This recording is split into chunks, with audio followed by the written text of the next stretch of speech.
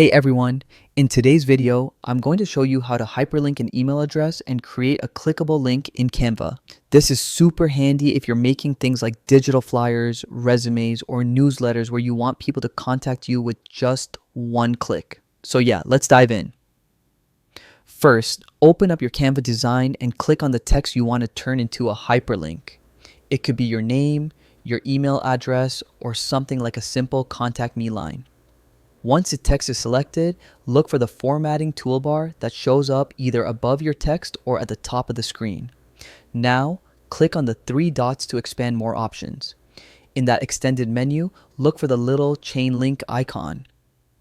It's labeled link. Go ahead and click on it. When the link box pops up, type in the full email address you want to connect. Make sure you enter it correctly, because even one typo means the link won't work. After typing it in, press enter or click outside the box to confirm. Once that's done, don't forget to hit the done button to finalize it. That step makes sure the link is saved and fully functional. And that's it. You've just created a clickable email link in Canva. Now anyone who clicks on it can instantly open up their email app and send you a message. It's a small touch, but it makes your design way more interactive and professional. Thanks for today's.